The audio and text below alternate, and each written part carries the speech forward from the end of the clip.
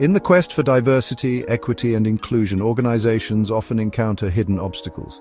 One such obstacle, frequently overlooked, is affinity bias. This bias, often unconscious, can significantly undermine DEI initiatives, hindering progress towards truly inclusive workplaces. Understanding affinity bias, its origins, and its impact is crucial for organizations striving to create environments where everyone feels valued and respected. Affinity bias can manifest in subtle ways, making it difficult to identify and address. It can influence hiring decisions, promotion opportunities, and even everyday interactions among colleagues. While not always intentional or malicious, the impact of affinity bias is undeniable, often leading to unfair advantages for some and systemic disadvantages for others. To effectively combat affinity bias, organizations need to move beyond simply acknowledging its existence. They must actively work to understand its deep-rooted causes and develop strategies to mitigate its influence at all levels. This requires a commitment to ongoing learning, open dialogue, and a willingness to challenge ingrained assumptions and behaviors.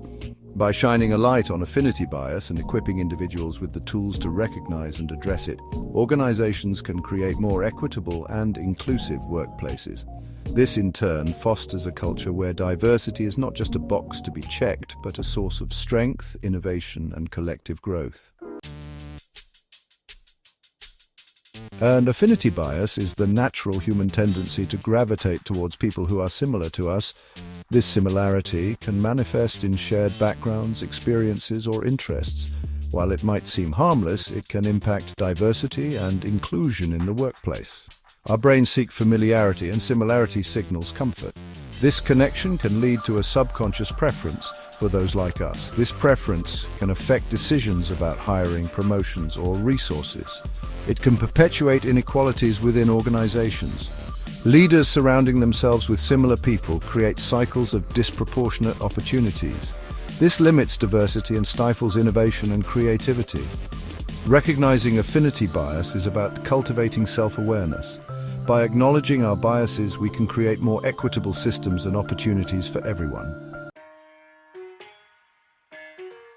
Affinity bias lingers because it is deeply rooted in our psychology and social structures. Our brains naturally favor those similar to us, creating a sense of safety. This instinct can be detrimental in diverse workplaces. Societal norms reinforce affinity bias from a young age. In professional settings, this leads to hiring familiar molds over diverse perspectives. Affinity bias often operates unconsciously.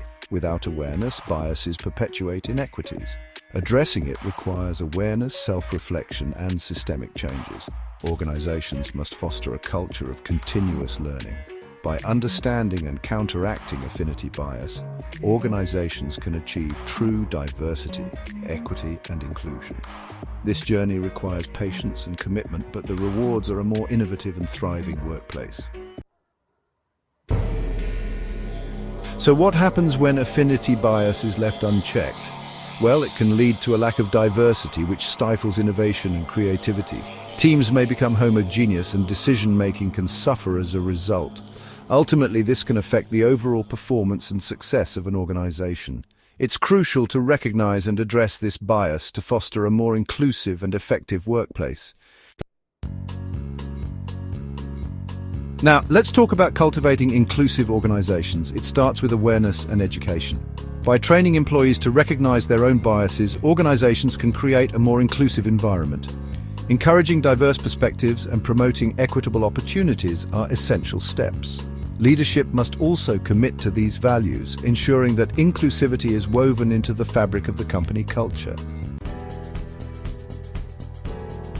Consider a financial services firm that has successfully implemented inclusive practices. They began by conducting comprehensive bias training for all employees. They also established mentorship programs to support underrepresented groups. As a result, they saw a significant increase in employee satisfaction and retention, as well as improved financial performance. This example shows that inclusivity is not just the right thing to do, but it also makes good business sense. Moving forward, it's important to remember that creating an inclusive workplace is an ongoing journey. It requires continuous effort and commitment from everyone within the organization. By working together, we can overcome affinity bias and build a more diverse, innovative, and successful future. Let's embrace this challenge and move forward together, fostering a workplace where everyone feels valued and included.